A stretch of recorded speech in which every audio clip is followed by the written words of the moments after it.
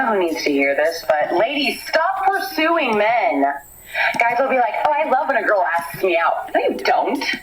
Yeah, it's flattering. You like the attention and all of that, but you don't really want to be pursued. Dating is so confusing now. Men are like, well, I need some kind of consent. And women are so strong and independent that they're like, well, I should go after what I want. Like, yeah, modern dating is fucking weird. I love how modern women are so confused about modern day dating. You know, why aren't men pursuing us anymore? Why aren't men out here making it happen? Okay, and women like this are so damn confused that dudes have decided to opt out. But what is going on, guys? It is Taylor the Fiend back again with some more stupid videos. And on today's episode, we are going to be kicking it off with a clip from this woman right here, who is essentially just losing her mind because now men are not doing the pursuing anymore. And also a lot of women these days are forced to do the pursuing, okay? And usually when women are doing the pursuing, just by the way, they are, of course, only doing it for the top percentage of men. The average man is completely invisible during all of this. But let's jump into this woman's unhinged rant and see if we can make some sense of it. Guys, don't forget to leave your thoughts and your comments. I don't know who needs to hear this, but ladies, stop pursuing men. Guys will be like, oh, I love when a girl asks me out. No, you don't. Yeah, it's flattering. You like the attention and all of that. Okay, so just by the way, this is women that she's describing. Have you guys ever noticed when women do these sorts of TikTok videos that they just portray all of the behavior that women do onto men? Oh, you don't pursue because you like to get free attention and free validation.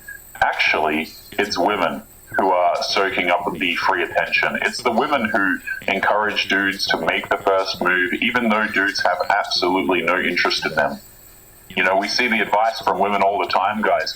Oh, if you want a woman to like you, just talk to her all the time. You know, be her texting buddy. Make sure you leave likes on her photos. Don't forget to drop a comment, right? But none of these people are actually typically interested in these men. What they're doing is they are soaking up free attention. Women literally designed this whole, dating for attention game. So I don't feel sorry for them when they're out here chasing some bad boy and he just won't ask her out and the woman has to make the move.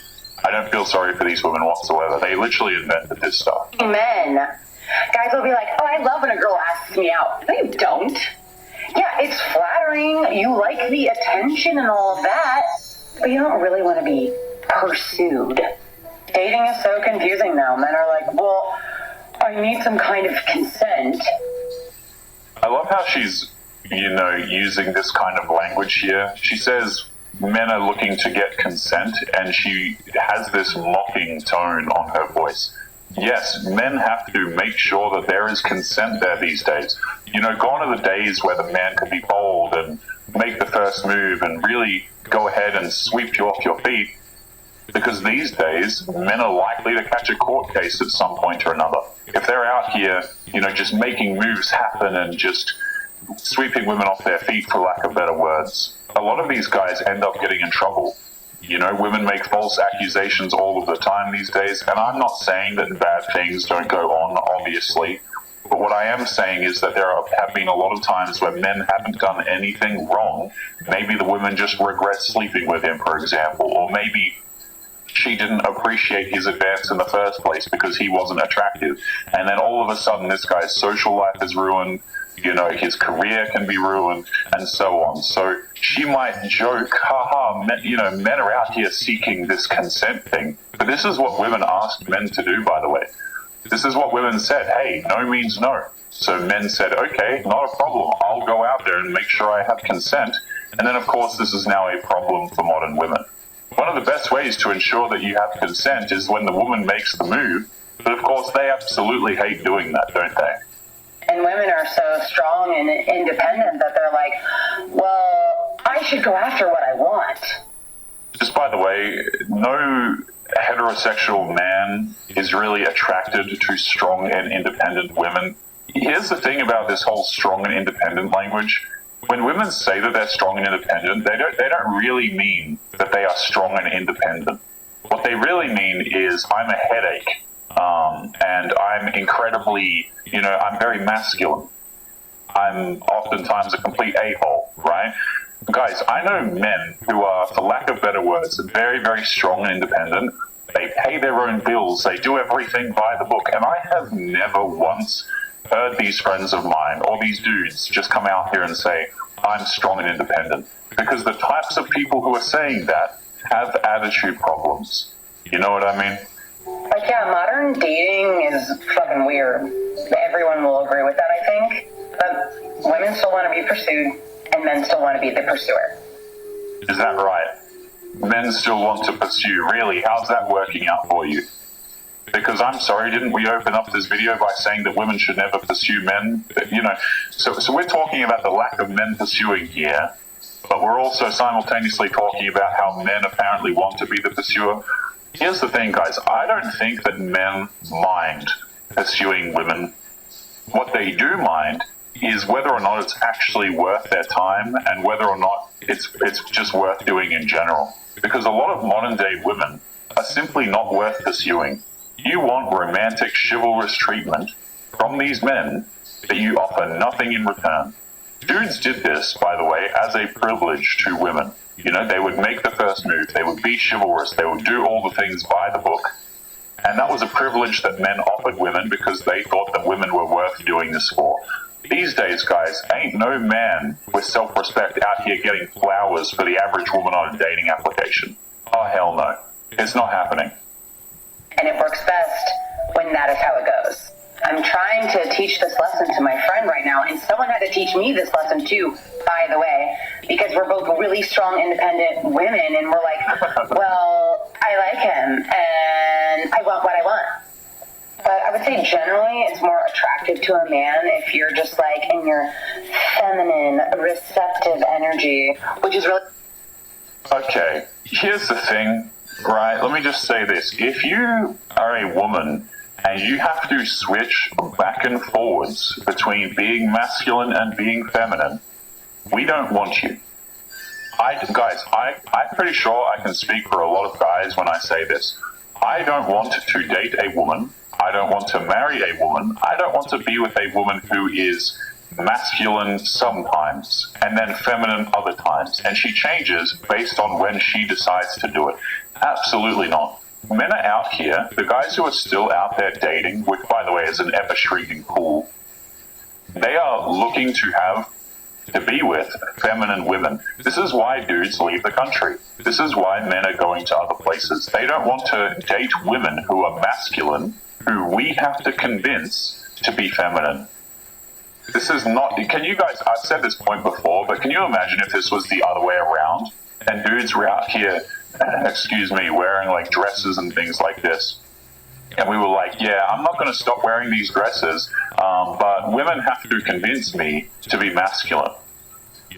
Like why would women want to go out here, a heterosexual woman want to go and date a dude who has previously worn a lot of dresses and is likely to do it again? No, they're probably not going to be all that interested in you. But of course, dudes are just expected to come out here and date masculine women who are strong and independent. No. And oh great, you're feminine now, right? You've hit 30 years of age and now you decide to be feminine because you're ready to receive. Get the hell out of here, guys. They're just looking to receive funds. That's really what it is. And I want what I want. But I would say generally it's more attractive to a man if you're just like in your feminine, receptive energy, which is really hard for a lot of us to do. But just try it. This is what I've been trying to teach my friend. Like, she'll meet someone she's attracted to and she'll be like sprung immediately. She'll ask for his number. She'll say, let's go out. She might even be the one to say, let's go grab drinks. Yeah, see, this is what women do when they're attracted to dudes. This is simply what it is, okay? So when women are going through, ever since 18 up until they're pushing 30, this is oftentimes what they will do. And they'll continue to do it later, but they have to fish out a long-term relationship in that middle part. Got to get the marriage, got to get the kids, running out of time. But usually, what women will do is they will just approach the men and they will make it super easy for men that they find attractive. This is why it boggles my mind, guys, when dudes are out here like, oh, she took this long to reply to my text, and I asked her out, but she wasn't super clear on her answer. What do I do? It's like she's not interested, man. These women make it so damn easy for the men that they're attracted to. You see what I'm saying? Like, they will absolutely make it happen if the dude is attractive enough to her. Now, the guy who has to put in more effort, he's got to be a good boy. He's got to be contributing financially. He has to really work for her, guys. You have to pursue her. And this is the dating strategy of modern women.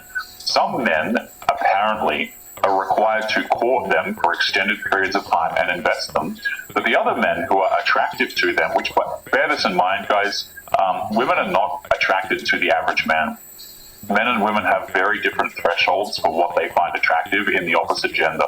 Women are constantly looking at the top percentage. Dudes will take some woman around the middle and he could see himself having bedroom fun with her or having a relationship with her. But for modern women, it doesn't really work the same. They pursue the men that they find attractive, which is typically the top percentage of them. One, to say, let's go grab drinks. She'll be texting first, all of that. And, sometimes she's successful in that pursuit, but it doesn't develop into anything more. Yeah, of course not. Right? Of course not. Because what ends up happening is the dude has his fun and then he bounces. He's not interested in having a relationship with you. I mean, obviously. These dudes who have options who you have to pursue in the first place, guys, women act like this is so confusing and it takes over a decade to figure out. It really isn't. Your father could have told you this in 2 seconds. But oftentimes these women don't have a father figure. They don't listen to the men in their life, because why would I listen to a man? I don't need no man. I'm strong and independent. Maybe if you listen to dudes, and the ones who actually cared about you, not the ones trying to sleep with you, they could easily tell you that, these dudes are not going to have a relationship with you. Try speaking to your family. Try speaking to any dude that you are related to. They'll go on 1 or 2 dates, and then for most girls like her and me, it's a control thing. We're control freaks. We can't just surrender and allow. I think it also comes from a lack mentality. It's oh my god, I don't need people I like that often. Let me wrestle him to the ground and kill him and make him be my boyfriend. And her argument is always, well, why don't I get to decide? Why can't I say, I like him, I want to be with him? Why do I have to let it be his decision? So the reason why is because men control access to relationships, particularly the men who these women are wanting, right? The dudes who have options, they're not going to just have a relationship with you simply because you exist. You might be able to get some simp to have a relationship with you, but, that's the thing, guys, that modern women struggle with. I've said this is their biggest problem in dating, from what I can tell as a man just seeing this crap, is usually the issue that they're having is just that they can't get relationships from the men that they want. The men that they don't want, they think that they're above these dudes. This guy's not as attractive, right? He's got a receding hairline. Meanwhile, she's 30.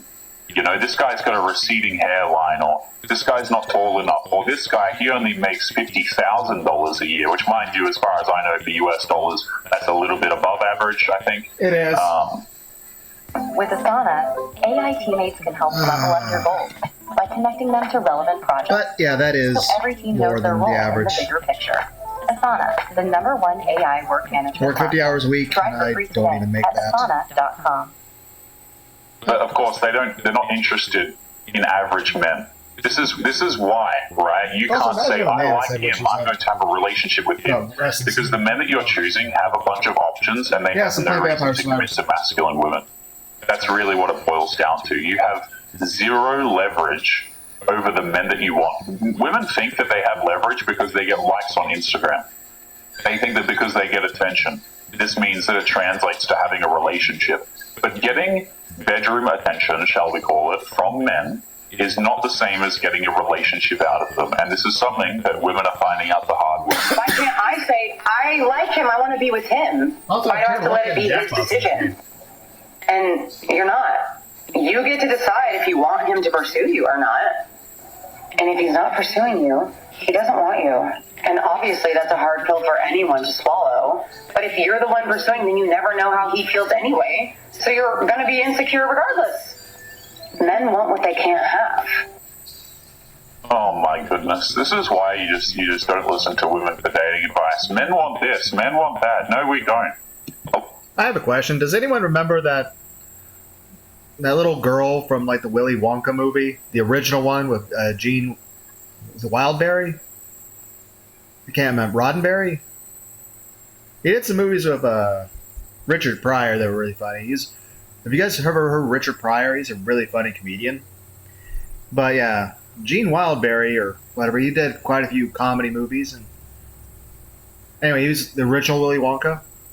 Remember that girl that was like wanting the golden goose and the egg and, you know, was demanding what she wanted at all times? Like, just if you're not familiar with that, go. And again, there's multiple reboots of Willy Wonka movie. Don't watch those.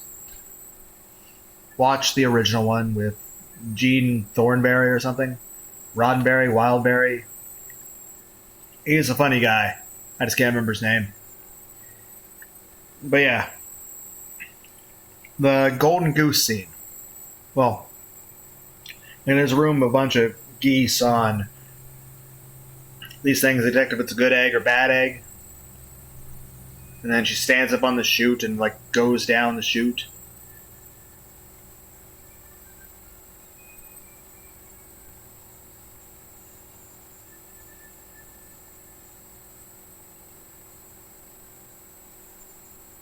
I don't know. I was thinking about there's like this one video called like Retro Games. 7 minutes and 15 minutes in. I think it's kind of relevant to this. I think a lot of times it's Willy Wonka stuff was like showing each type of person. Like there's lots of different people in society that have different issues, and it's like a lot of times it comes down to parenting. A lot of times, especially when you're dealing with people that are still young. But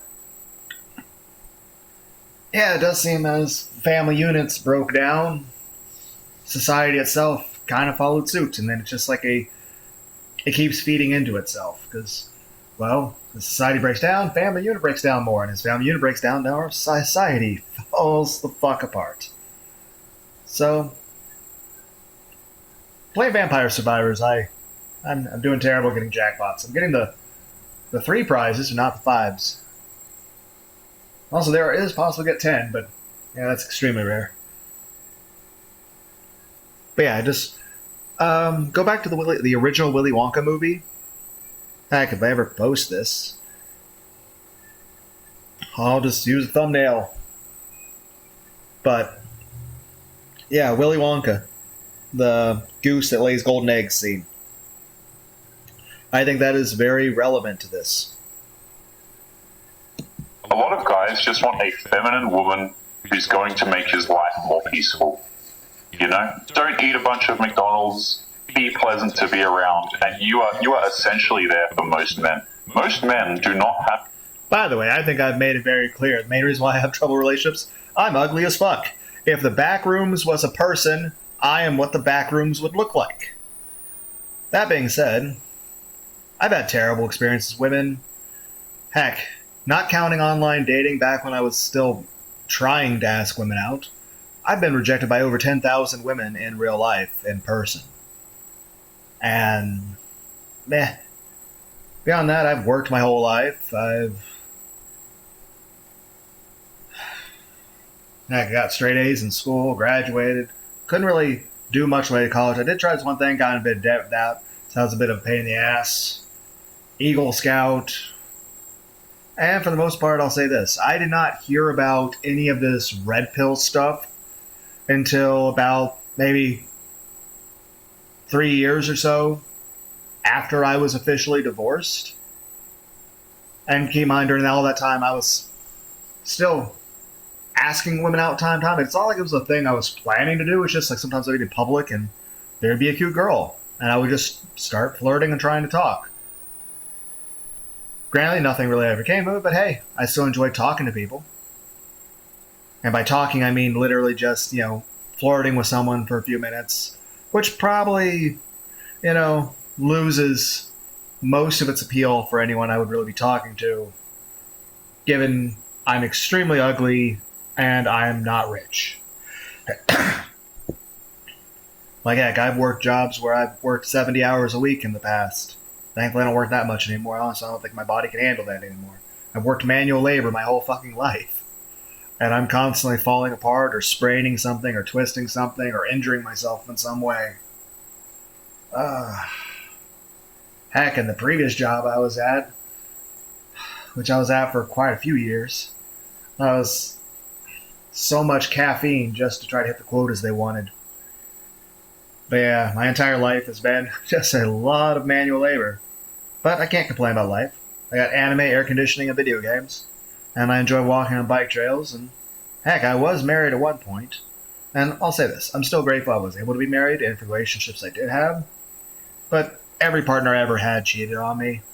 And, well, every partner I had on having a lot of not so savory issues. And heck, I have a 3-inch scar on my right arm to remember my last Christmas being married to my ex-wife by. And even then, it wasn't until like 6 months after my divorce I really, started to accept that, hey, yeah, that was abusive. Like I said, it's a long story in terms of, my life even before I met the person I eventually married. But, yeah, I did not have a lot of luck with a lot of things. That being said, I did marry the woman I married because I loved her, and I trusted her, and I thought she was very pretty, and I thought she'd be a good wife, and I thought she'd be a good mother. And the day my son was born is still the happiest day of my life. And I did everything I could to be a good father. Looking back, the only thing I can think of that I ever did that was wrong in regard to my son was choosing a terrible mother for him.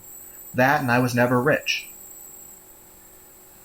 But, and at the moment, he's living with his grandparents on his mom's side. I still pay the child support to them, and I'm temporarily alienated from him. I don't know how long that'll go on for. It's January 1st right now of 2025. I still have his Christmas presents in my living room that I've had since like November. I haven't been able to see him for Christmas or Thanksgiving. Heck, his birthdays are, back in like the early summer, and his birthday presents are still sitting in my living room. I can't even give him his birthday presents or his Christmas presents, and I haven't even been able to talk to him for over half a year. I don't think I've been able to give him a hug for about a year. It's almost been a year exactly. I still know I made the right decision. I at least have solace knowing I didn't do anything wrong for him to not, live with me or for me to be divorced. And I know he's at least safe, well taken care of, and happy and healthy where he is. But it's one of those things, it's just like,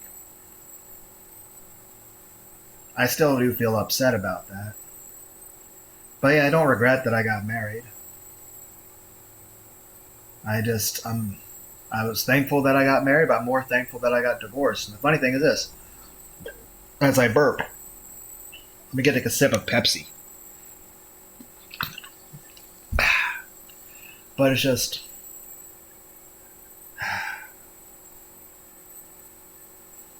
it's hilarious. I actually tried my hardest to save that marriage. And a lot of the times with her being the way she was, I was blaming myself.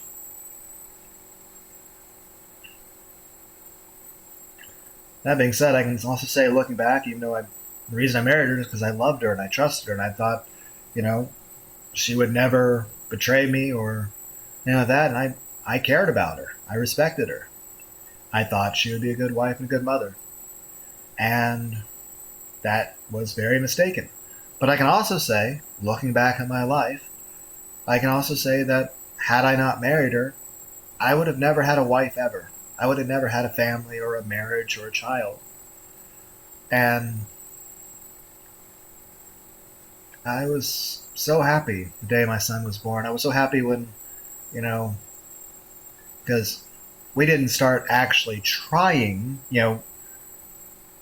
dropping all the birth control stuff until about 5 months after we were married.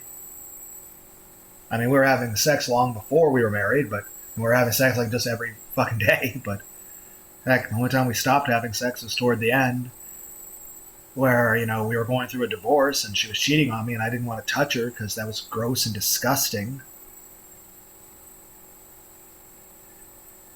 Aside from that, there were a few occasions where I might go a day or two without sex, but that was because either, one, there was a time where I got admitted to the ER.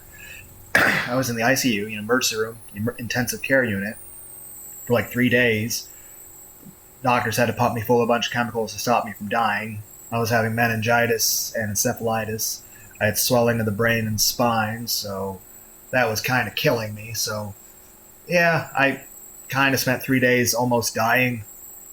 So, I guess I had other priorities. Other than that, sometimes I might get very sick.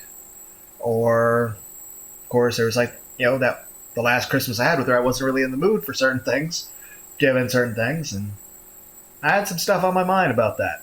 But at the end of the day, even then, even though I'd never even heard of the red pill stuff, I never even heard about the red pill, blue pill stuff until about 3 years after I was divorced. And even after I heard about it, I was still going out doing what was normal for life and just trying to talk to people. And at the end of the day, it's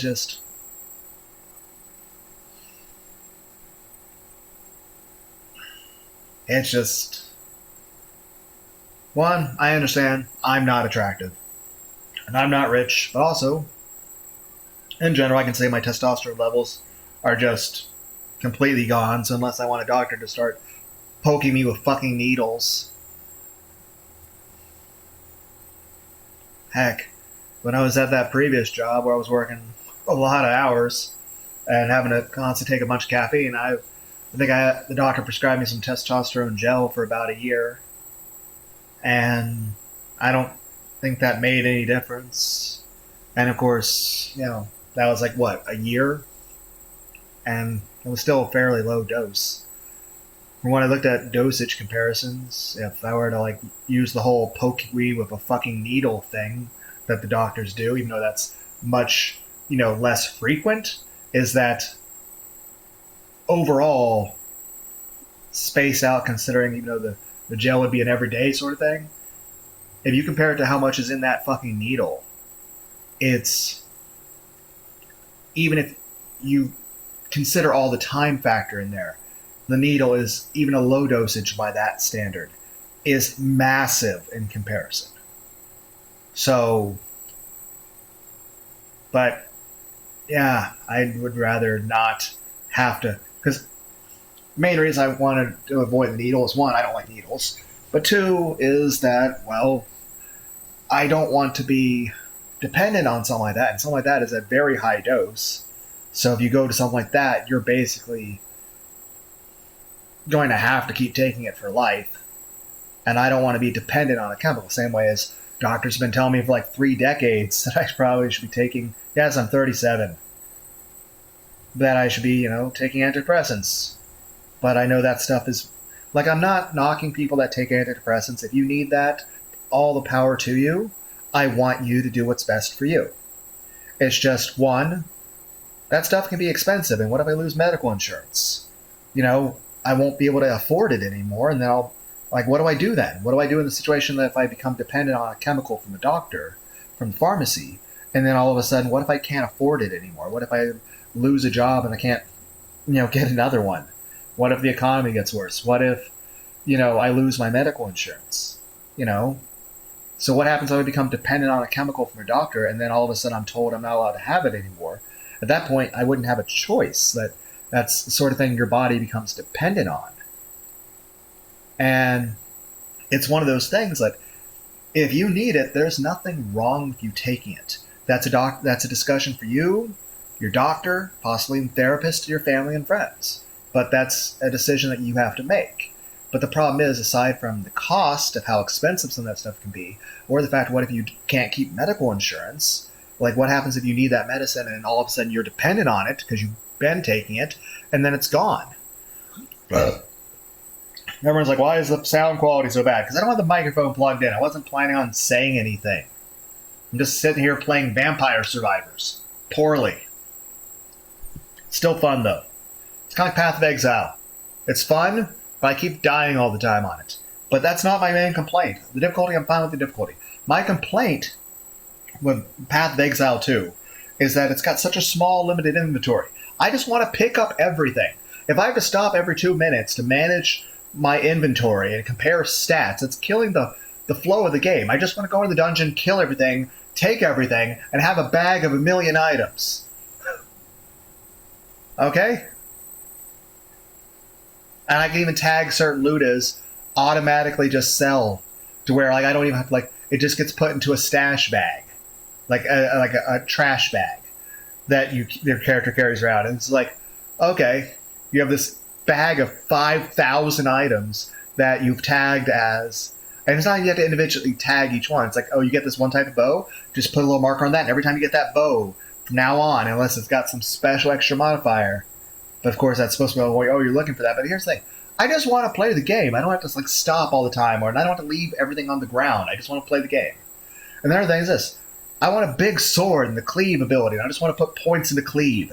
So I can go into a group of 30 people with just a giant 2-armed sword and cleave through. Like Shining Force EXA for PS2. Best game for the PS2.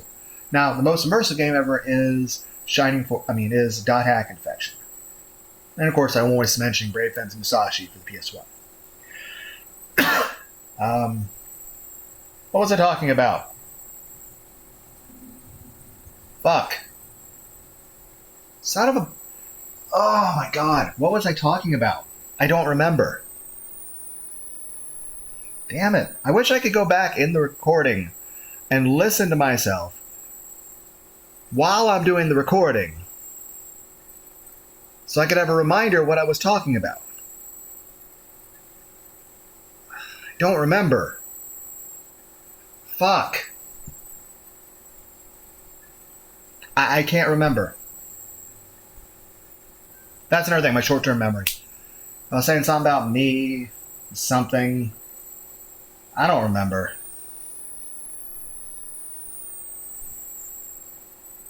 I can't remember. Damn it. That's frustrating. It's frustrating that it's like, okay, I was saying something, and now I don't remember what I was talking about.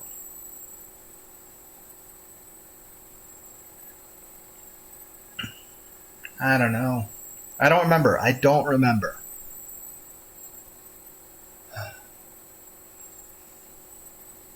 Antidepressants. But it's just the thing. It's what if you're dependent on that chemical, and you all of a sudden can't take it anymore because you lose your medical insurance. Or the other thing is this. It's just like, there's nothing wrong with people out there if they need to take it. I'm not shaming anyone for it. What I am saying is that it's one of those serious chemicals that has a major, serious impact on your brain, that once you start taking it, you can't just stop taking it. That's not how that medication works. That medication, once you start taking that medication, you have to keep taking it. And if you stop taking it, you can only stop taking it under directions of your doctor. And it usually has to be, you have to wean yourself off of it very gradually. And in some situations with some of those medications, you can't even do that. That even if you were to wean yourself off, that in itself is extremely dangerous. It's one of those things that once you start taking that medication, if you ever want to stop, you can only do so under direction of your doctor. That's the only safe way to do it. That being said, in general, I've become more introverted myself in terms of personality, and like I said, my testosterone level is basically fucking gone. So, I still have a sex drive, I still have interest and affection and stuff, but for the most part, like I said, for the most part, there are no women out there for me, but at the same time, I also understand that I see the women out there, and I see a lot of people, just the way they talk to each other, and it's just like, why would I want that? And even then, I remember what it was like in my marriage. And I know people can say, well, you chose poorly, but aside from the fact that I had no other choices, and I'll say this, again, I married the woman I married because I loved her. I thought she was amazing. I thought I really liked her. And I was proud to have her as my wife, and I respected her. And then she, well, behaved a lot of ways that were terrible. And it became an issue of, I don't want to lose custody of my son. And a lot of people would criticize me about, oh, like I would have never let my wife step out the door of my son like that. Yes, and the moment I'd done that, I would have been, thrown in jail, even if I'd done nothing violent. And at which point, guess what? Now my son's left alone entirely with her, and I can't protect him in any way. So at that point, only thing it accomplishes is it would make me lose any ability to protect or care for my child at all. Because as it was, I was concerned for my son's safety, even when, I'm there, I'm the one working, and I'm the one being around my son. I can at least make sure there's no strange people being around my child, and I can make sure that I'm there for my son. Whereas, in a situation where I'm escorted out in handcuffs, well, guess what? I'm no longer able to be there for my son anyway. So if he wasn't safe, even if I could be, and of course, there's times I came home, I've already gone into detail about this, there's times I came home from work, especially when we were going through the divorce, because my ex-wife and I still lived together, along with my son. We were still living together as we were filing for divorce, because it was the only way I could make sure, that my son was being taken care of. That's just the way the laws work. And that's even back then when, I had never heard, the only time I heard the word red pill was the fucking Matrix. Heck. Occasionally I heard some people talk about that whole simulation idea stuff, applying to real world stuff. But even then that was very fringe. But there was no red pill stuff. I mean, there might have been, people like Sandman out there back then. But nobody knew about them back then. That was, and even then, I remember the FBI listed him on part of an FBI watch list thing, he's a fucking terrorist. And I've said it before, 99% of the people, whether they are the INCEL people, or if they're the MGTOW red pill people, 99.99% of those people are non-violent people who would never seek to hurt anyone. I mean, heck, I've lived my entire life as a pacifist. I have never hurt anyone except in self-defense. And when it comes to women, even in self-defense, I have never hurt a woman. I have never hit a woman, even in self-defense. I have put my arms up in front of myself, like a shield.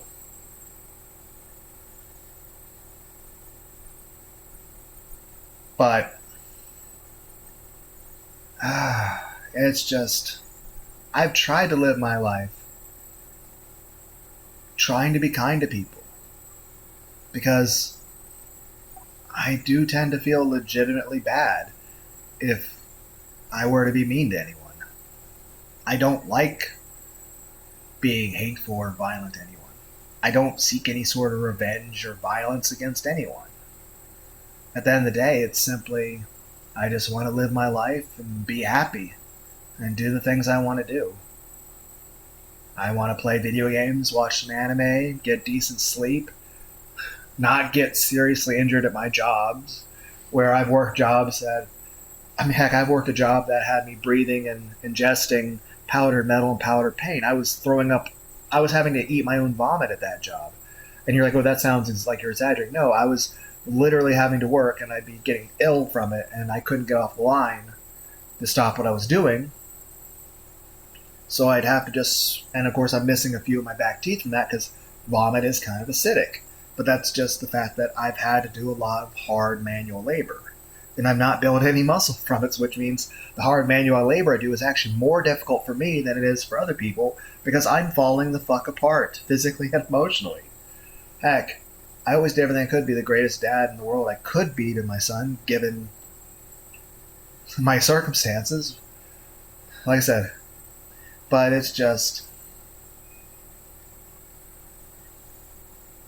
I don't know if I'd be able to really raise or take care of him anymore if all of a sudden he were to live with me and I'd be the one caring for him as a father should again.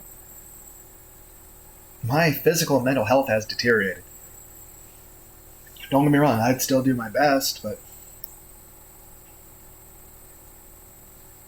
I have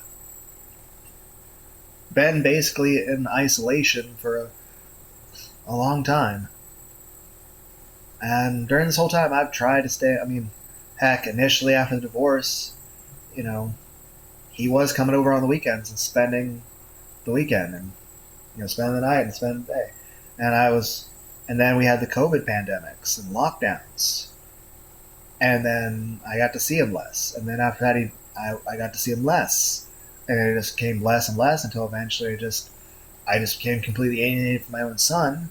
And I'm not even able to see him or give him his Christmas presents. Maybe in a month or something, I might get a phone call, and I'll be able to come by and drop off his Christmas and his birthday presents, and see him briefly, and then I'll probably go back to not being able to see or talk to him until the next year, where I bring him all of his birthday and Christmas presents again in one day. So, and again, like I said, I care mostly about my son's well-being, and that's what matters most. But of course, yes, I do feel sad. I miss him. I want, this is not what I imagined that when he was born, I was holding him when he was a baby. It's not what I expected. And I wanted to be a good father to him. I mean, I gave him 100 hugs a day. I changed his diapers. I bathed him. I gave him his milk bottles. I held him and fed him. I was there for every doctor's appointment. I read him stories. I sang him lullabies. I tucked him in at night. I did everything I could to try to take good care of him. I was always taking him to the park, trying to play with him. I mean, back then, I think the most YouTube I ever did was I'd pop on YouTube once a month to watch the newest episode of Dragon Ball Z Team 4-Star Abridged when it came out. Aside from that, I maybe get 20 minutes of playing a video game a week. I played a little bit of Assassin's Creed stuff. And I really didn't have access. I didn't really watch any YouTube aside from some DBZ. My life was wake up and go to work, take care of my child. And I try to be a good husband to my wife, but it became harder and harder as, you're coming home every day to someone who's openly telling you how much they hate you and want you to die. And I was always the only income source. And we were always barely scraping by, even though I was working all this overtime. And every moment I wasn't at work, I was either trying to take care of our child or, trying to take care of her. Or trying to, clean the house or trying to get something done. I felt like I never had a moment's peace. I couldn't even sleep. I mean, a lot of times I was sleeping 1 to 2 hours a night. There was times at work I would actually pass out slightly and I'd wake up and my knees hit the concrete. I didn't really get to play video games or have downtime or friends. I mean, I couldn't afford to go to a gym back then, nor did I have time. But what I would do sometimes is, if I had to go to Walmart to, get some groceries or something real quick, I would go to the little utility bathroom that's a single room, and I would go in there, I'd lock the door, and I'd do some push-ups and some sit-ups. Or I'd get home from work, or before I'd go to work, and, everyone's asleep, I'd do some push-ups. I try to lift a little bit of weight here and there. And I think it helped, but it's definitely not a very effective workout plan. Especially if you're only sleeping 1 to 2 hours a day. And like I said, I'll say this.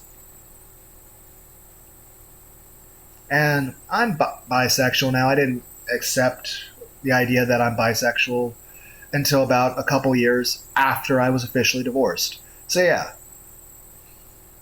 I think it was about 2.5 years after, yeah, about 2.5 years after I was divorced, if not almost 3 full years, that I decided that I'm bisexual. You know, I still haven't actually dated anyone to this day. Heck, the last time I had sex with anyone was back when I was married. So, also for anyone curious, my body count is still in the single digits for my entire life, and I'm approaching 38. Not, and here's the thing, you might say, well, that's kind of easy, you're ugly as fuck. I'm like, yeah, that's true. But I kind of feel like if I had a wealth of options, I would still prefer to just have a intimate relationship with someone I trust, who isn't going, because I wouldn't, like, regardless of gender, like, that's one thing I never understood about the body count issue. And again, people say, oh, again, you wouldn't understand it because you're ugly. But here's the thing, it's not a gender issue. Is that, you know, if I wind up dating a guy, here's the thing, I don't want that person to have slept with 100 people before me, and I wouldn't want them to see it as some casual thing. It's supposed to be special.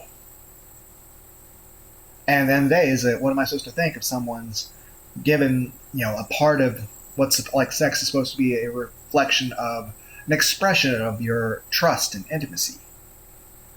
And it's also part of the reason why I feel a bit hesitant about it too, aside from the fact that my testosterone's basically gone, is the fact that, well, I trusted my wife.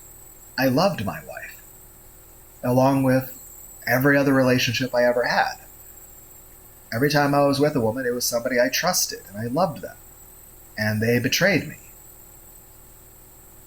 And in many cases, they were abusive. And they were adulterous. And they basically disregarded me as if I was disposable and garbage. So the fact that it was something very special to me, in the fact that I was betrayed and hurt, and that it basically meant nothing to them, or so easily discarded. And again, I don't miss any of those people whatsoever. I hope I never see or talk to any of them ever again. That's one benefit of my son living with his grandparents, is that at least when I do go see him, I don't have to fucking bother with her. Because here's the thing, when I married her, I loved her and I cared for her so much. Now, I never want to see her talk to her again, and honestly, I feel more scared of her than people feel about creepypasta monsters. It's just, it was not a healthy relationship. And let's be clear, I'm a lonely person, but I was never more lonely than when I was married, especially toward the end of it. You're coming home to someone who hates you, and your life is just work, and then trying to take care of your child, who you want to do everything in the world for because they're the most precious part of the whole world to you. And then you feel completely powerless and helpless when it comes to everything, and you're just, every day, you're just trying to survive. And then, of course, you're living with a woman that you're divorcing, that you're not having sex with anymore, and she was still wanting to try to fuck me every day, even though she was divorcing me and cheating on me and leaving me for another man. She actually forced herself on me a couple times, or at least tried to. That's very awkward. Honestly, I would describe it in a much more strong wording than awkward, but I feel like I would get too emotional if I just went too much detail on that, but it's just... And it's weird that she still wanted to fuck me, even though, you know, she's divorcing me and having some issue with that. But I didn't want to have sex with her anymore because it's gross and disgusting.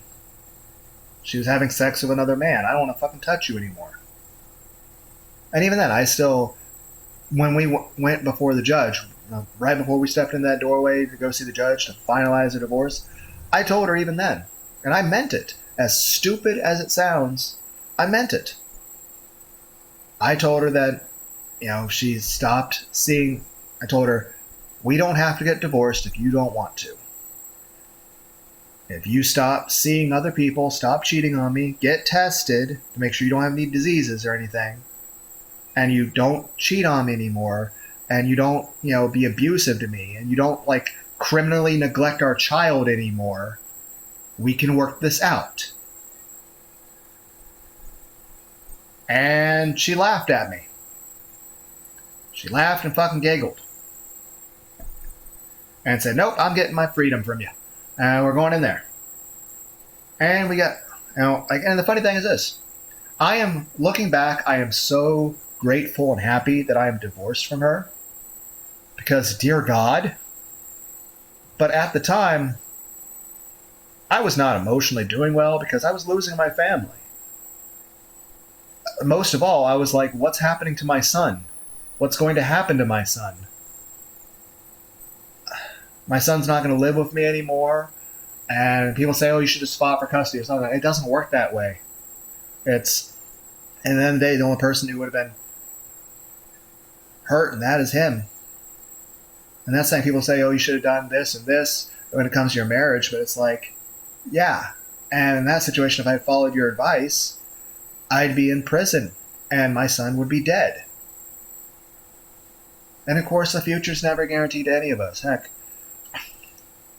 my sister, my eldest sister, died of a brain aneurysm 15 and a half years ago or so. Going on 16. Yeah. And it's just, and she was much younger than I am now. And she's my oldest sister. And here's the thing. She went most of her life trying to have kid after kid after kid. And she kept having miscarriage after miscarriage after miscarriage. And then she eventually had 3 children that were born alive, but they died the day they were born. And the first 2 died within minutes of being born. The last one, Kevin, well, he lived for about an hour after he was born, and at first everything seemed normal. And then all the blood pooled to one half of his body vertically, so that half of his body, think about Zetsu from Naruto. The guy that's half black, half white, but also in a giant Venus flytrap thing or something. I don't know. But he was split vertically. That's what happened. So you had half the person's body, and keep in mind this is a very tiny human being. They were just born. Half the blood pooled to one side. So you have one side that became extremely pale and a bit sunken, and the other side that was swollen and kind of purple, blackish, and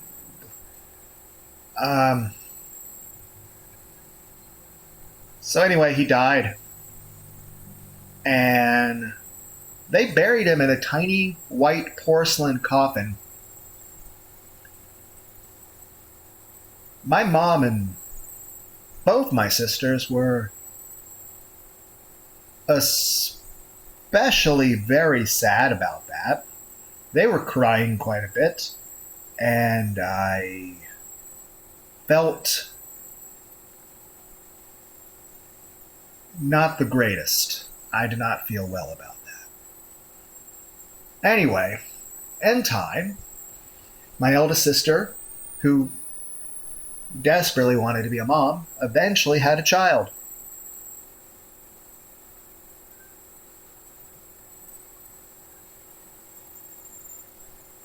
In her early 30s.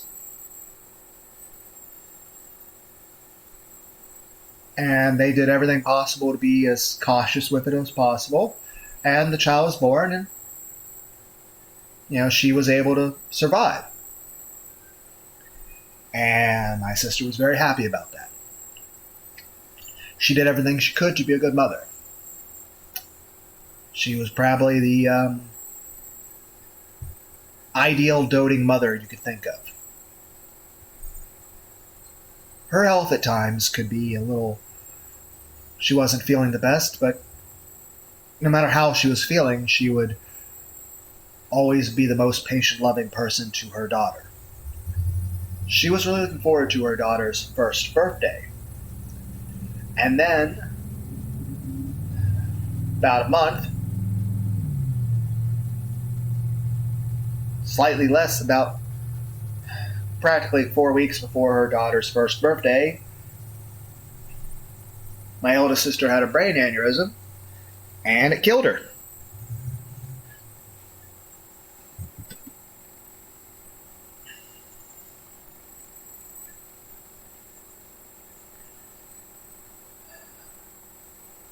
Around 8-ish years ago, 7-ish,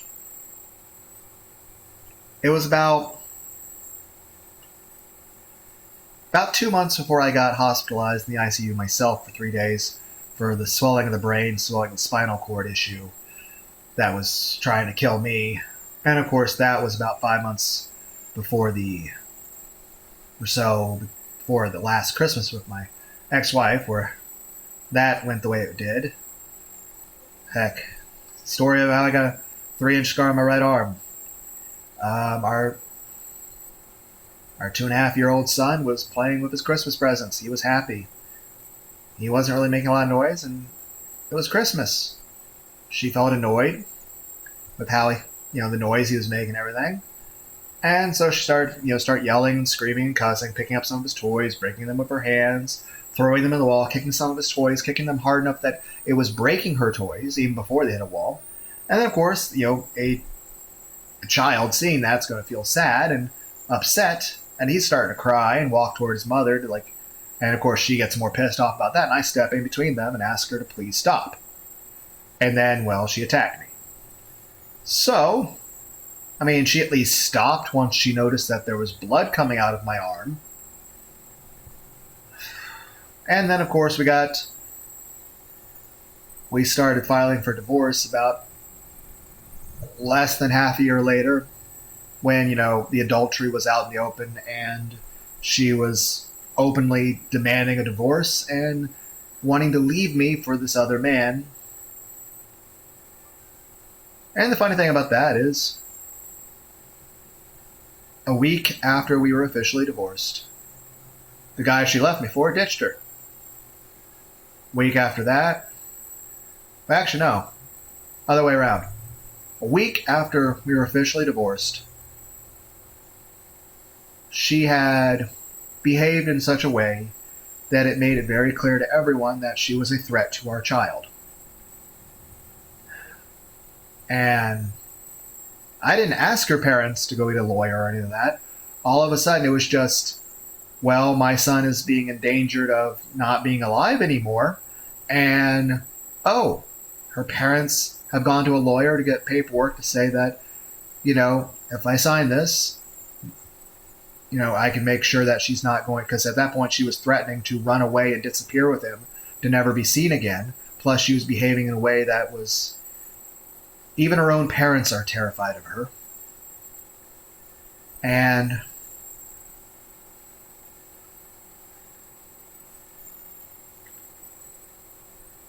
they're not scared of me, but they feel the need to talk down to me. And the fact of the matter is, I do kind of feel like something's gone. Like, they at least do take good care of him, but the fact of the matter is this: I'm being alienated from my son. So, of course, I'm going to have a bit of a grudge against them, because what is going on there? I don't understand. But then the day is this: they're still the ones taking care of him, and I care about his well-being and him being well taken care of to begin with. Besides, looking back in the past, it was never a choice about him being with me. My options were him with them and alive and well taken care of, or him with her openly displaying that she was not safe for him to be around, and her threatening to just disappear with him and to travel hundreds, if not thousands of miles away, mentioning ideas of going to California or Florida and just dropping off the radar, and I would never see my child again. And given the way she was behaving, I've told multiple stories where things that happened, especially in the last month of the divorce, to where she was doing things that were just, it was terrible. And people say, well, and it's like, and again, the police would not have helped me in that situation. They would have made it worse. And if I had tried to get any additional help on that, the only result would have been my son would have died. So I did what I had to in order to keep my child alive.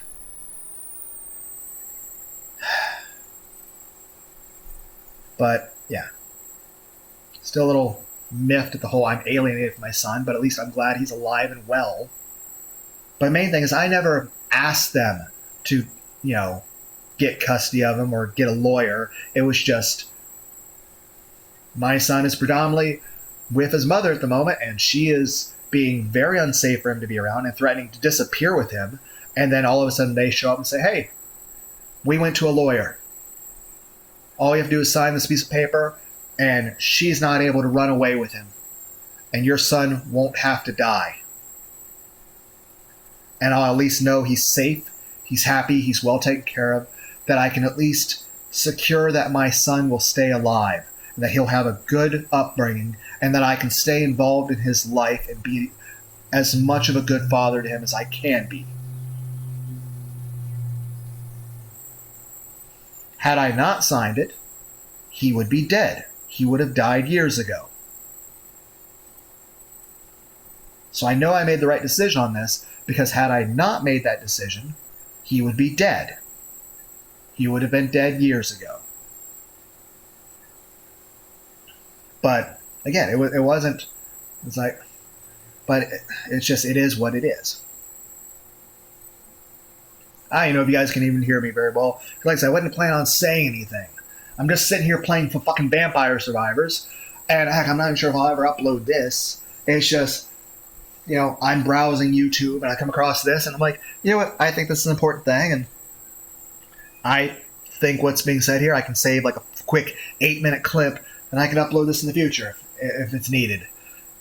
I wasn't supposed to say anything. You're supposed to just vaguely hear me in the background playing Vampire Survivors. Poorly again. Can't even get a fucking jackpot worth a damn on this thing. But that's my luck in life and in games. But that's part of why I like video games. Because no matter what, I feel like shit gets fucked up no matter what I do. But at least in a video game, it's nothing like you just start the game again, restart from a checkpoint. Real life, you fuck up, it's like GTA. You drive down a sidewalk, okay, you got some points. Real life, prison for life. It's one of those things like,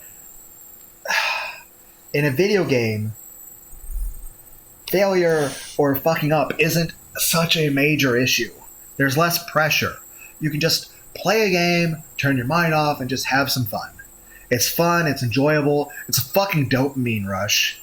And at the end of the day, is this, you don't have to stress, whereas in real life, it's just so much stuff is tedious, monotonous, and you're forced to do shit you don't like that puts you under pressure and stress, and it's just... It's nice just to be able to play games and just... It helps you to just cope with fucking society. I think it actually helps people to be a functioning member of society. Heck, remember, Socrates said Grand Theft Auto and Mortal Kombat and Halo and first-person shooter games are actually good for people. And you're like, how did Socrates say that? He was like 3,000 years ago. Simple. Part of the philosophy, there's Socrates, Plato, Aristotle, Zeno, or Zenos. Everyone's like, was that a quirky little fucking Dragon Ball Super joke? It wasn't even funny. Like, I'm trying, okay? I'm trying to throw in a little bit of comedy here. But it just, you look at a lot of the, especially Diogenes, or heck, Rene Descartes, or heck, read some Canterbury Tales, or Don Quixote, or The Odyssey, or Edgar Allan Poe, or the Canterbury Tales. Shakespeare. I like reading. I like stories. I like light novels and manga.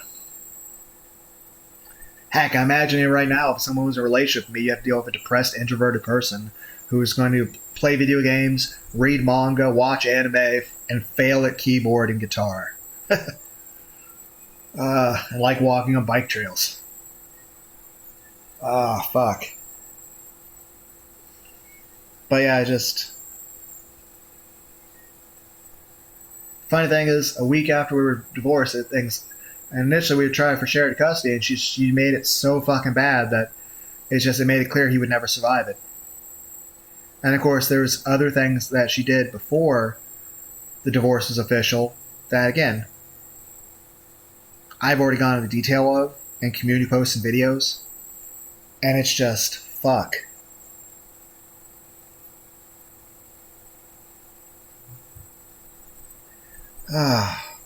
That's funny. It's January 1st, 2025, 1 o'clock p.m. Ohio time.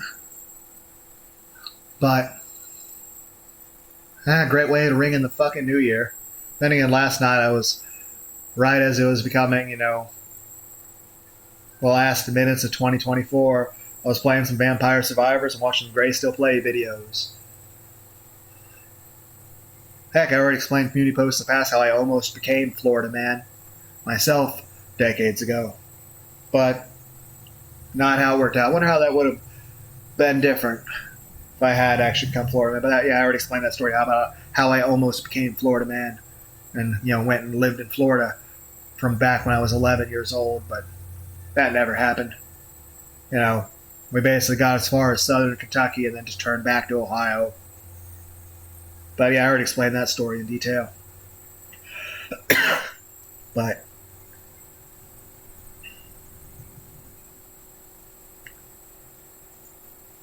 and like I said, people say, oh, you could have fought for something, but at the end of the day is this. The risk on that would have been too great, and if I had lost, I know he would have died. And again, this is a father shouldn't have been forced into that situation. It's not like I went and got a fucking jug of milk and never came the fuck back. It was, oh, my wife's bored of me and she's a psychopath and she's neglecting our child and now she's leaving and taking my child away. And now my options are sign this or he dies. At the end of the day, I prioritized, I just wanted to keep my child alive.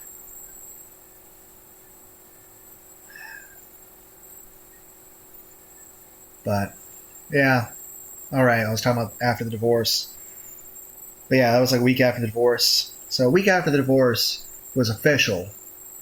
And keep in mind, her parents didn't even know we had gotten divorced until the day after we got divorced. And they had to basically step in because of how poorly she was taking care of our child to the point that it was child endangerment. And of course, when they found about all the other shit she had been doing, it's just... So a week after the divorce, signed that paper where they were already, basically less than a week, they already got a lawyer, had everything written up and had it ready. And then a week after that, the dude that she left me for ditched her.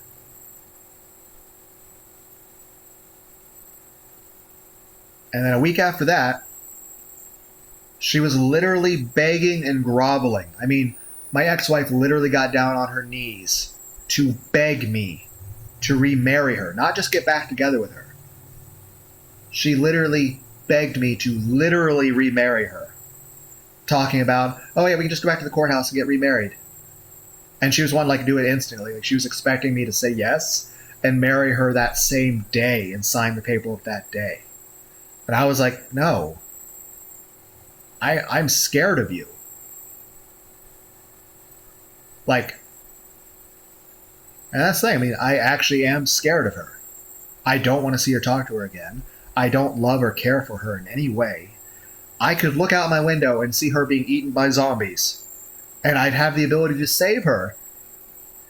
At no risk to myself. She could even have a briefcase full of money. I would just get popcorn and watch her be eaten by the zombies.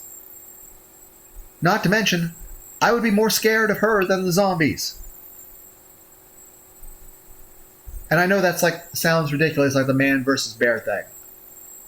But here's the thing. My point is this. It's not like I'm saying against, oh, I'd rather choose zombies over a random woman. No, I'd be fine with a random woman.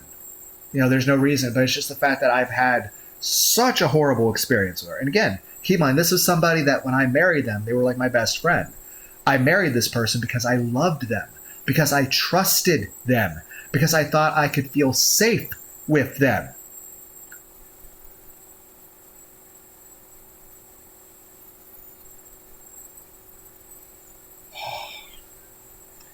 But yeah, 3 weeks after we were officially divorced, and she was literally begging and groveling, getting down on her knees, begging, pleading for me to remarry her.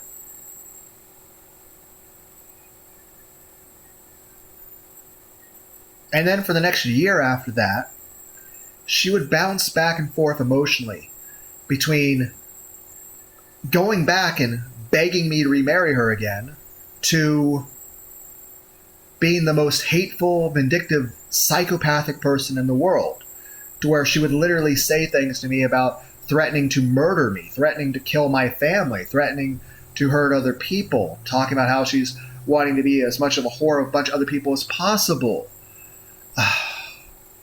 Heck, at one point she mentioned that, you know, she loved me so much when we were married that she wound up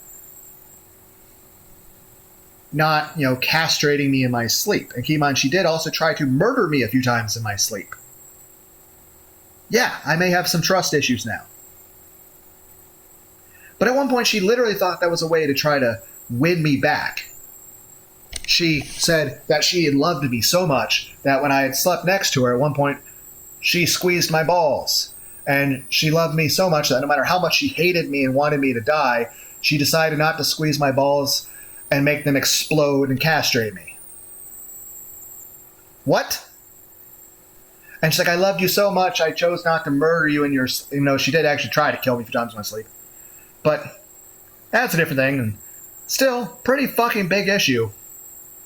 But again, it's just the fact that she literally... Or how about this? There was a time where she invited me... Like, there was another guy that she was out recently, you know, fucking at that point. And she's like, hey, I'm going to go to a pizza place with him. You should come with us. Why the fuck would I do that? What the fuck is wrong with you? Why are you even telling me this? Why would you even talk to me? And again, it's one thing, like, if a man's harassing a woman, it's easy to get the police to arrest that person. If a woman's harassing a man, you can't really do shit a lot of times. At least nowadays, thanks in part to the Red Pill and MGTOW people, the laws are changing a little bit so that men can actually defend themselves, to where they can go to the police and mention that, hey, this person is harassing me, this person is threatening me, and the police will actually take you seriously instead of just fucking laughing at you. I mean, we literally do live in a society where a man could be out in public with a woman, and a woman could be yelling and screaming at a man, even hitting him, and everyone's just laughing at the dude.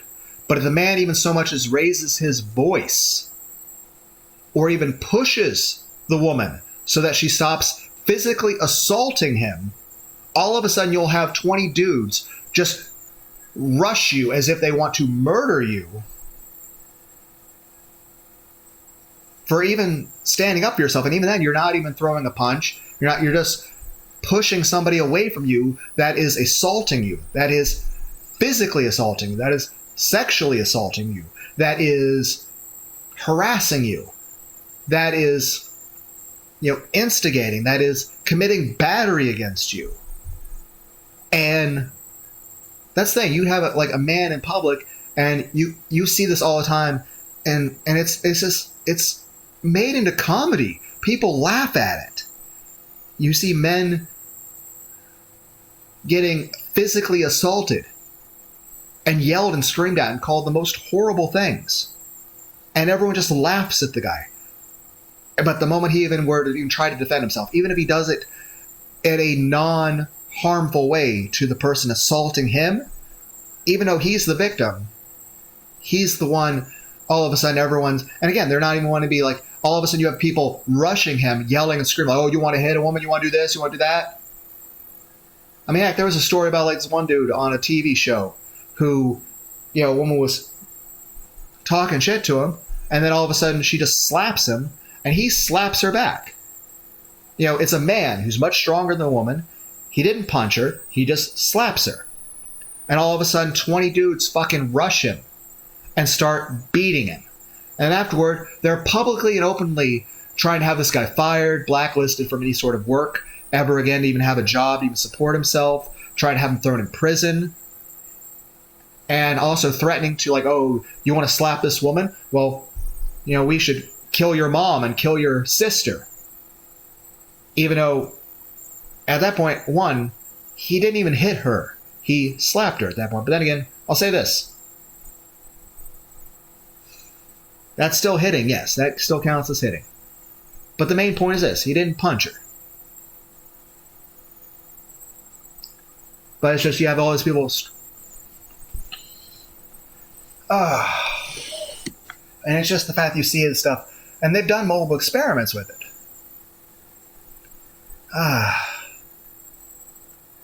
But yeah, heck, I've never even slapped a woman either. Well, I've slapped a woman's ass and her thighs, but that was a sexual thing. And usually, the response I would get out of that would be harder. And everyone's like, maybe the people you're with are kind of kinky. I don't know. I don't know what's normal. Just saying, the only time I've ever slapped a woman was her ass, and that was always consensual. So.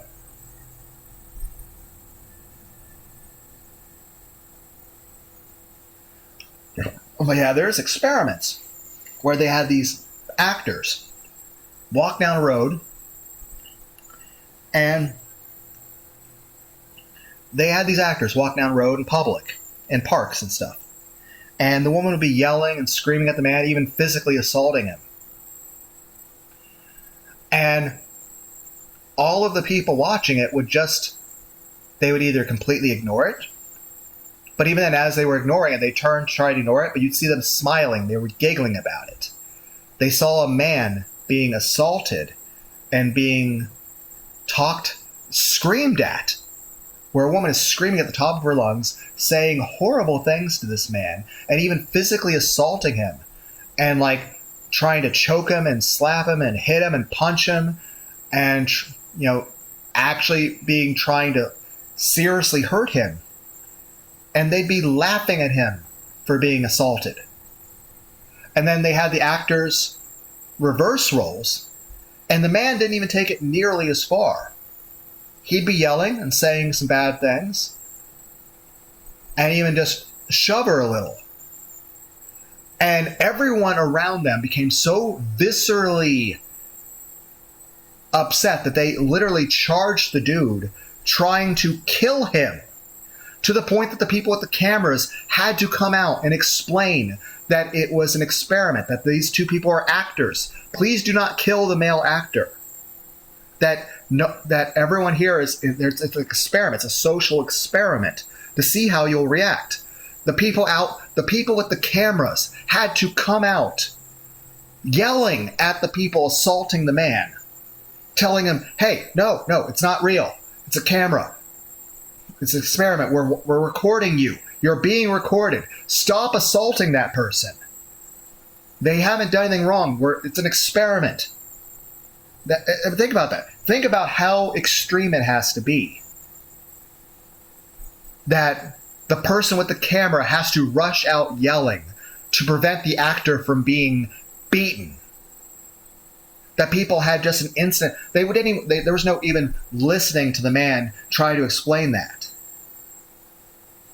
Heck, I remember, here's the thing. Even when my wife was committing adultery, and I was going through a divorce of her, and she was a fucking psychopath who was literally endangering my child and doing numerous terrible things in regard to my family. I mean, I remember one point I was just wanting to talk to her, not raising my voice. And again, this is when she was initially saying that she was divorcing me. She went over and sat on our neighbor's porch of our neighbor, which is this woman in her 50s. And I went over there. I'm standing 6 to 10 feet away from my own wife, talking calmly. I'm not raising my voice. I'm not being angry. I'm suppressing all of that, and I'm just being calm and just trying to have a nice conversation with someone who has just told me that my family is being destroyed, that I'm being betrayed, that my wife is fucking another man, and that I'm having my son taken away from me. I don't say anything mean, I don't yell, I don't cuss, I don't say anything threatening, I'm keeping my distance, I'm just standing there and we're in public in broad daylight, and I just am being extremely calm, and I'm behaving. I mean, everyone would see how non-aggressive I was being, to the point that everyone would probably just call me a pussy. And yet, the response I basically instantly get from my wife and my neighbor is, you should just go away, or we're going to call the cops and say you're committing domestic violence. That I'm not even allowed to have a calm discussion with my wife about how I'm losing my son and how she's fucking another man and leaving me. That I'm not even allowed to, even though I'm not raising my voice, I'm 6 to 10 feet away from her. I am in broad daylight, in public, in front of witnesses, and I'm not raising my voice. I'm not saying anything threatening or mean. I'm just trying to have the most calm, unreasonably peaceful conversation, to the point that I am showing a degree of patience and non-aggression to such an extreme that I'm not a saint, but I feel like many saints would be like, good job, man, you stayed extremely calm. And even then, I'm being told that I can't even talk in a calm voice to try to discuss what is happening.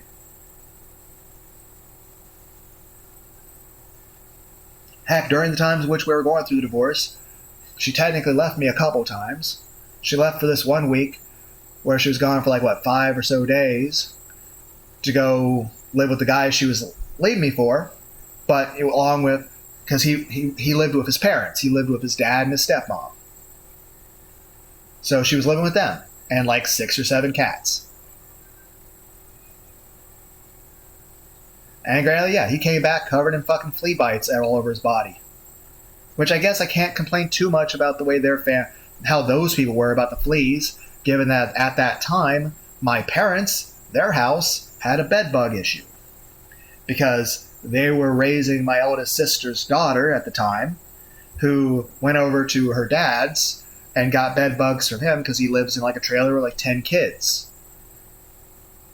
Now, of course, since then, I believe they've gotten rid of all the bed bugs. And of course, she doesn't live with them anymore because she just lives with her dad now.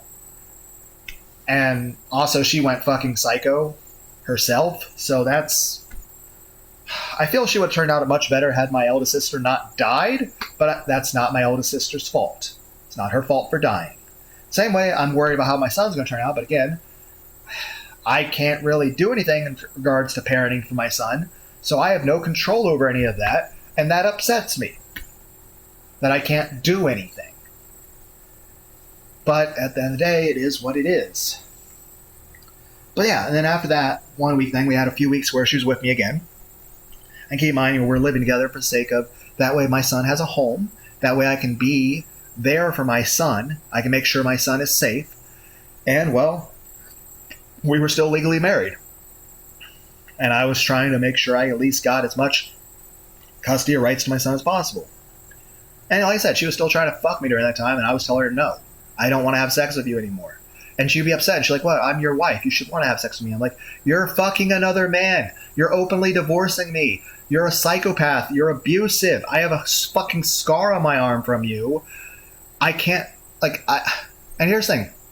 And it's just, every fucking moment you're telling me how much you wish I am dead and hate me and saying the most horrible things to me, and I'm being yelled at and screamed at all the time, and my life is wake up, take care of our child, go to work, and then come home and try to do everything in regard to our son to keep him doing okay, and try to placate you because I'm being forced to live with someone who I don't want to live with anymore, not because I'm some sort of ungrateful man who doesn't want commitment or care about a woman, but because you're a fucking psychopath and you're abusive to me, and you're abusive to our child, and yet due to the laws of this society that if I go to the police for help, the only thing that'll happen is my son will die. So I do what most men do, and I just suck it up and deal with it, and just go to work even though I'm living in a situation that's fucking hell, and I'm doing everything I can just because I want to be able to protect my son. I want to be able to be there for my son. I want to be able to take care of my son. Plus, I was, back then, even my self-esteem was much worse than it is now, in regards that I was having trouble even accepting that she was actually being abusive to me. That even her physically assaulting me and giving me that fucking scar on my arm was, wrong. I kept blaming myself for how she was, that maybe, what if I just made some more money? What if something went better? Like I could have, I kept blaming myself that everything was my fault, that I could somehow be patient enough and loving enough that I could fix things. And at the very least, if we stay together long enough, my son could be old enough to where, he'll at least be able to take care of himself, so I won't have to worry about like what'll happen to him while I'm at fucking work, while he's alone with her. He'll at least be old enough to where maybe, he can choose to, if we go through a divorce, he can choose to be with me. Then again, back last time I spoke to my son, he told me on the phone he didn't want to see or talk to me anymore. And my response to that was just tell him I don't understand. I love you. I want to see and talk to you. I don't understand. I didn't yell at him. I didn't raise my voice. I didn't say anything mean. I just told him I loved him. And I just told him I really want to see and talk to him. And I don't understand if maybe someone said something to him or someone's manipulating him and again, I don't blame him. He's young. And even then, even if my son were to decide he hates me, I'll always love him. He's my child. It's just, heck, in regard to all that stuff, I feel powerless and helpless about it. And I don't understand what's fucking happened. But I'm happy that he's alive and well. Heck, when I first got divorced, I was spending 2 to 3 hours a day sitting in his bedroom talking to his stuffed animals. But that was like the first 5 years. After that, I'm still in there every day, but I'm usually just in there for like 15 to 20 minutes. And I usually just talk to his stuffed animals for a few minutes. And yeah, the rest of the time I just I'm just sitting in there in silence with them. But yeah, like I said, it's just, like I said, when we were going through the divorce, she left the one time for like 5 or so days to be the dude she was leaving me with. And she's back with me for a few weeks. Because like I said, I'm trying to take care of my child and get through the divorce because it takes time to file for a divorce. And, I had to make sure, and again, it's just the way the law is. If I'd done anything else, my son would be dead. So I did what I have to keep my child alive.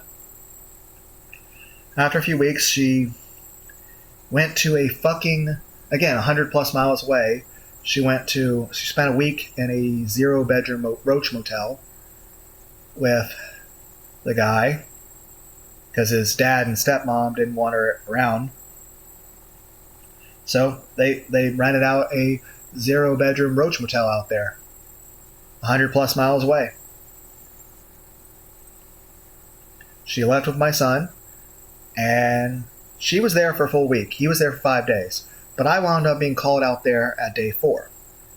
At 4 days in, I'm working full-time plus overtime. I'm working third shift, and they're 100 plus miles away. And they call me saying that he's a bit constipated, needs some medicine, needs diapers, and needs food. And I'm like, why can't the dude that you expect to be his new father, who you're leaving me for, why can't he do anything? They're like, well, you're his father. You're supposed to. Yes, I'm his father, and I'm supposed to take care of him. And you're his mother, and you've taken him 100 plus miles away from me, and you've been fucking some random dude in front of our son in a fucking motel. It's a fucking 0-bedroom motel, so you're literally just having tons of unprotected sex, getting cream pied by another man in front of our 2-year-old, well, actually, almost 3-year-old son at that point, in a fucking roach motel 100 plus miles away. Then, you call me, ask me to get him medicine and diapers and food. I tell you, I'm only going to make that travel if I'm allowed to take him with me to get him out of that fucking situation. And at first, that's a bit of an argument.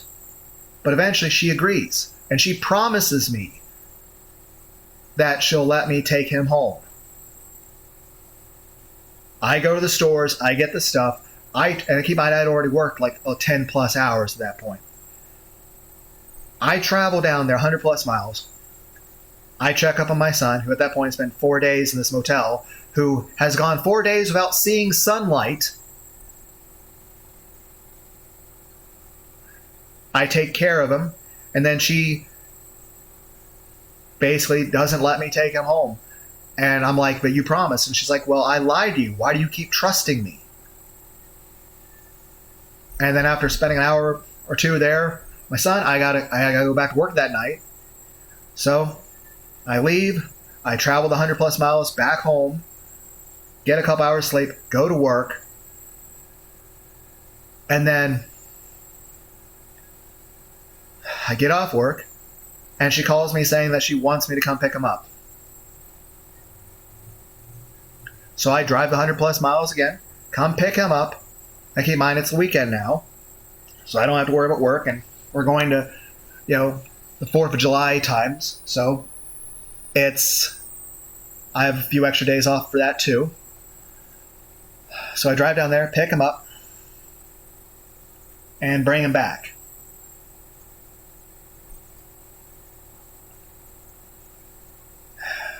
Then it's a few more weeks or so until the divorce.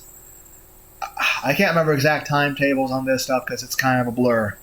Like I said, I was sleeping like 1 to 2 hours a day. And I was working a shit ton. But about a week before the divorce was official, I was about to kill everyone. I was going to Minecraft everybody. Everyone. And the reason for that is I came home from work.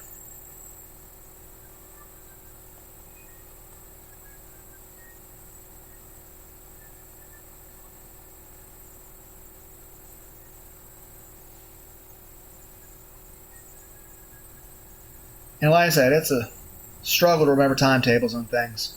As far as I go, but there was a time I came home from work. And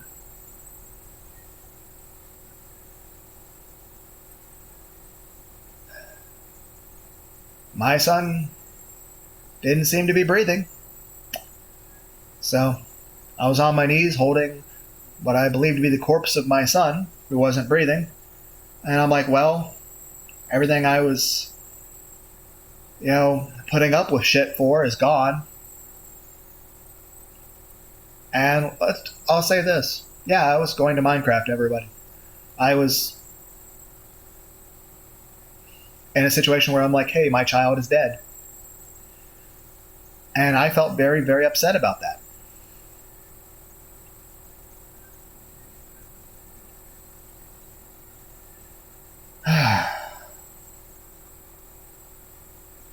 But then he opened his eyes, looked into my eyes, and said, Daddy, I love you, Daddy. At which point, I went right back into prioritizing his well-being to the best of what the law allows, since men don't have any rights in the society. And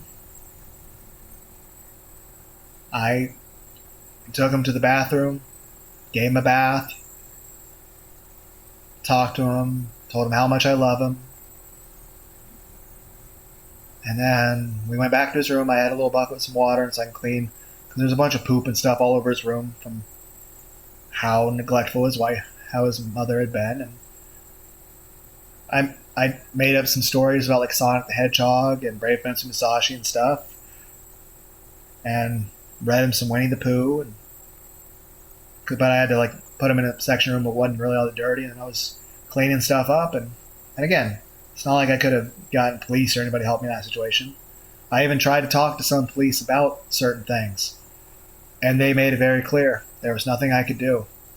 My options were either just deal with it, or if I try to get people involved legally, usually what would happen is she would wind up with full custody of him, at which point my son would die. And people say, well, it's your fault for marrying a woman like that. You should have chose better.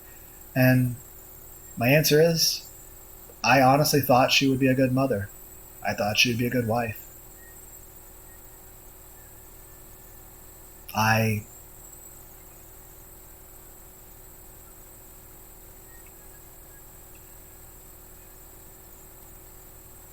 made the mistake of trusting someone and believing and having faith in her.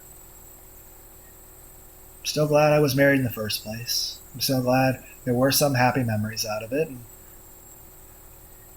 I really did have hope that the family would turn out well. I did everything I could.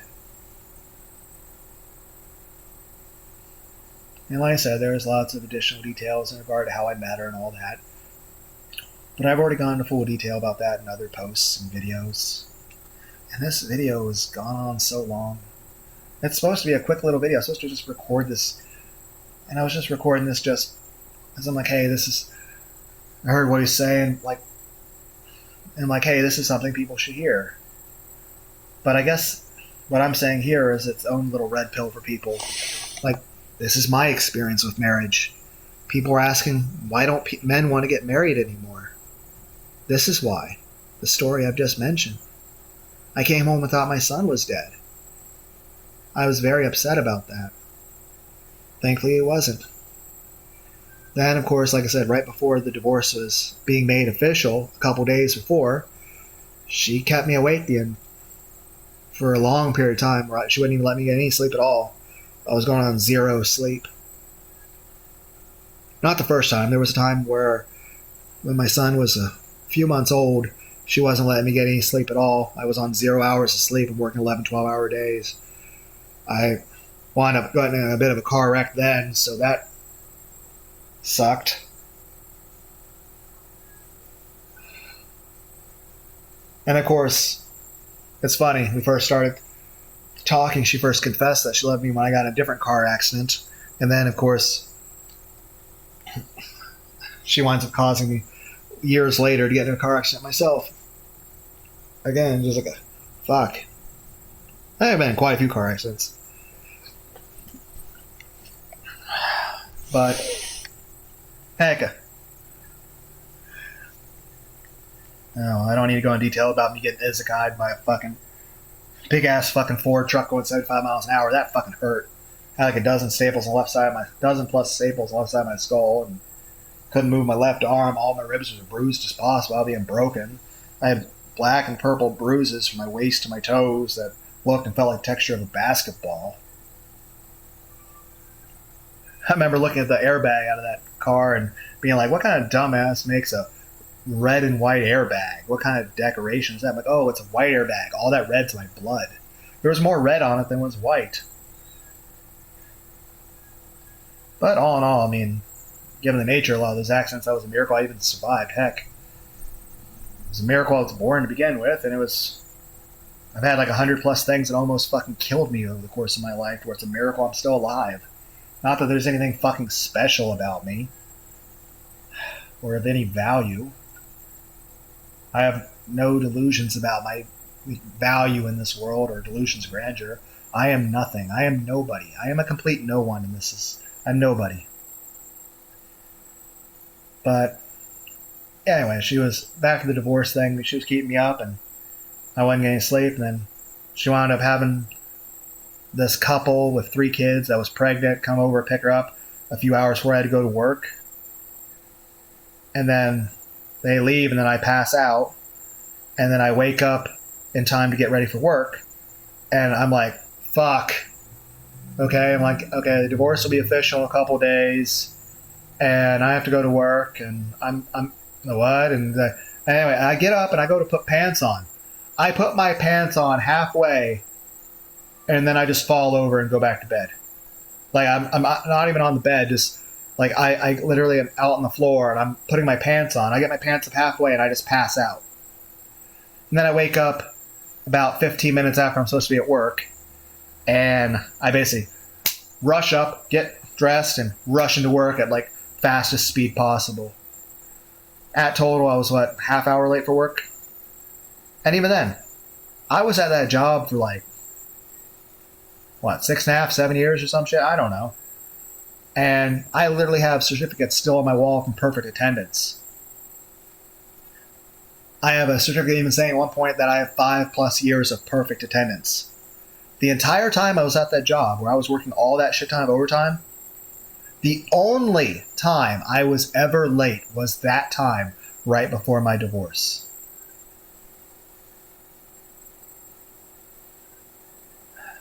And like I said, then a couple days later, went and saw the judge. And it's a funny thing, I was still wearing my wedding ring. When we were sitting in front of that judge, I was still wearing my wedding ring. And I was struggling to hold back tears because I couldn't help but thinking, what's going to happen to my son? And she's just sitting over there, smiling ear to ear, giggling as we're agreeing to the divorce with the judge. And then again, like I said, 3 weeks after it's official, she was literally begging and groveling for me to remarry her. What was I talking about? My oldest sister had brain aneurysm 15 years ago. About 8-ish years ago, 7-ish years ago, 8-ish years ago, 8, I think it's 8-ish, my mom had 3 strokes and an aneurysm. Luckily, it happened in public, so they could rush her, when the first stroke happened, they could rush her immediately to the hospital, and while she was in the paramedic thing to the hospital, she had another stroke. And while they're trying to get her into the hospital itself, another stroke. And then, of course, as the doctors are trying to treat her and saying, hey, we're probably going to have she then had an aneurysm. So she had a blood vessel. You guys know what an aneurysm is. But I'm just saying this. Had it been any later, even 5-minute delay, she'd be dead. Had it not happened in public, like it happened in public, for her to have that stroke, and she was rushed immediately to the hospital. Had it happened at home or anywhere private, had she not even been rushed immediately to the hospital at the first signs of the first stroke, she would be dead. She had to have brain surgery to keep her alive.